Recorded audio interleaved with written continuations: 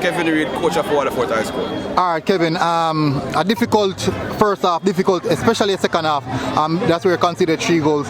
Going into the first half, 0-0. What was the instruction to the team, and what was the instruction starting the game for them to be playing a bit defensive and more rigid than the norm? Well, we started out well. We played an excellent first half, going into 0-0. But, in the second half, I think George is getting better of us, They play their football, their regular football. We lose focus, we lose concentration, but that's football, These are young guys, playing their first Manning Cup. But, I can tell you, they get stronger and stronger every day. What would you say in this match, specifically the first half? What positive you think you'd take away from this first half, carrying into the next game when you're facing another top opponent of George's quality? Well, what I'll take off is just all about keeping the focus. Play your game and just concentrate right through, because football play for 90 minutes plus.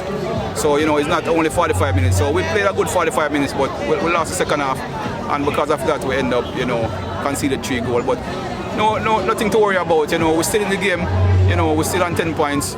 So we just have to go forward, to get some more points on the road. All right, coach. Well done and good game.